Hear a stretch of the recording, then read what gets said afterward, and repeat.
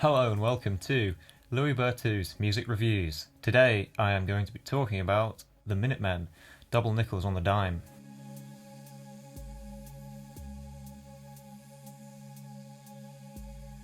I almost forgot the title of it there. That wouldn't have been a good start, would it? No. Well, today I thought I would review a classic album, one that crops up a lot in the kind of the cult rock canon, I'd say, and also a personal favourite of mine. Double Nickels on the Dime is certainly a sprawling album. It comprises about 43 songs and runs for over, what is it, 1 hour 20 minutes or something like that. So it's definitely a long haul. It's also the kind of album where if you say like one song, you're probably going to like the rest. Similarly, if a song like, say, Corona falls flat, or The Roar of the Masses Could Be Farts doesn't elicit some kind of smile, then perhaps this album isn't for you. As you might have seen from my numerical score in the description, I'm definitely in the former camp, and I think this album's great, and I'm going to try and do my best to explain why I think that is. Firstly, on Double Nickels, you've got three very talented musicians bringing their A-game to the recording studio. I'd say the musicianship from D. Boone, Mike Watt, and the drummer George Hurley it's both energetic but also very, very tight, and I think it really carries the record and allows the vocals to perhaps not be so tight and good.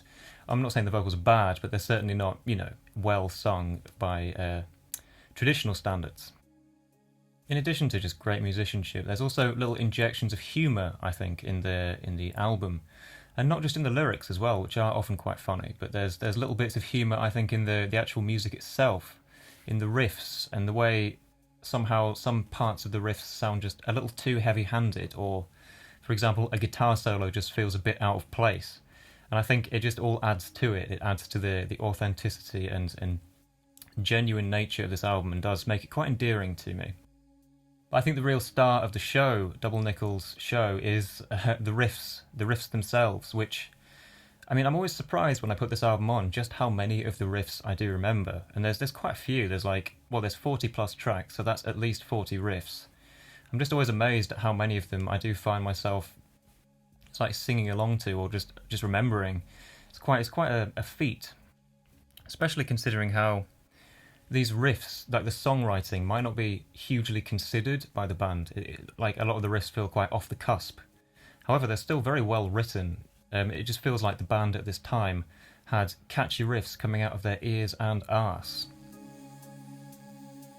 I mentioned before about how this album is quite long, and I've got to say, I personally love sprawling albums. I really do enjoy albums that you can just put on and really just let play, and you're not going to have to change the CD for another hour and 20 or something. And yeah, Minutemen's Double Nickels on the Dime really does fulfill that.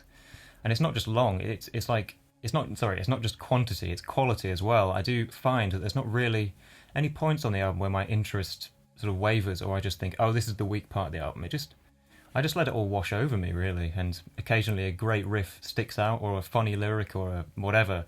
And yeah, I just let it happen when it happens, and really, this is one of those albums where you can just put it on, maybe on a long car journey or when cooking a meal, and it just really sometimes is all you need, or all I need, personally.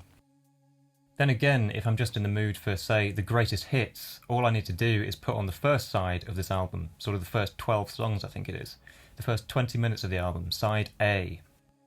I can really say that there's not really a song on side A that doesn't bring me just a feeling of immense pleasure. It seems strange to say, but it's surely one of the best sides of rock music history. Just every song seems to better the last one that came. If I had to pick a weak moment on side A, I would probably choose track 4, Cohesion, the solo guitar piece. While it's not a bad piece, I do enjoy it. It does ironically kind of break the cohesion a little bit of the album, so far at least. But then I'd also argue, you've got 40 other tracks. It doesn't matter if there's, say, one that's not quite as strong, I don't think.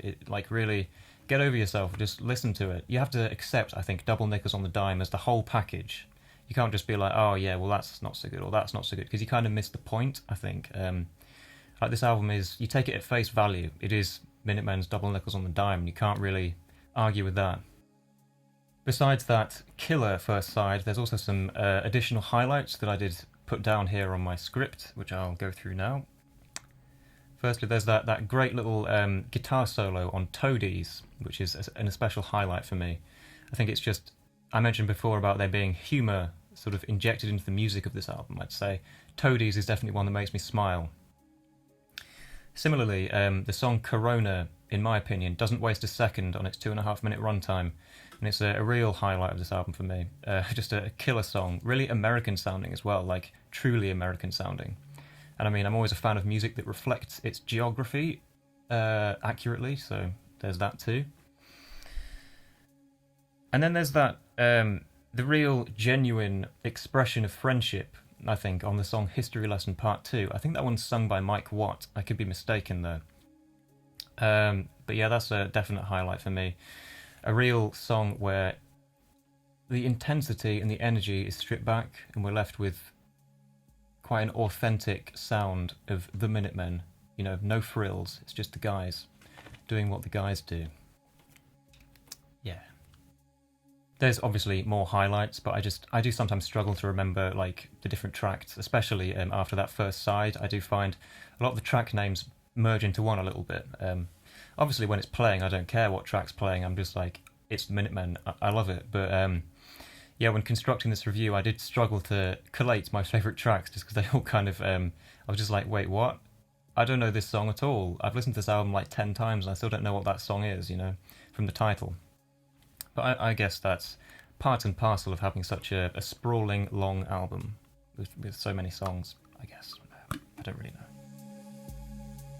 So yeah, I'd say at this moment in time, Minutemen's Double Nickels on the Dime is probably my favourite album of 1984. I'd say if it wasn't for the Replacements' Let It Be, I would be like, yes, Double Nickels, best album of the year. But you know, I do love Let It Be to the point where it might overtake it. But I mean, who knows? Right at this moment in time, I'd say Double Nickels is the best of 1984. I'm rambling a lot here, but I'd say also it's one of 10 or 15 best records of the 80s and a real, yeah, cult rock classic, one that exemplifies a time and a place in American history and just the history of music in general. While the album is not perfect, especially on account of its very long runtime, I'd struggle to name a more endearing, earnestly played and endlessly creative collection of songs as there are on Minutemen's Double Nickels on the Dime, and for that reason I give it a 9 out of 10. Thanks for watching, and I'll see you in the next review. Bye bye.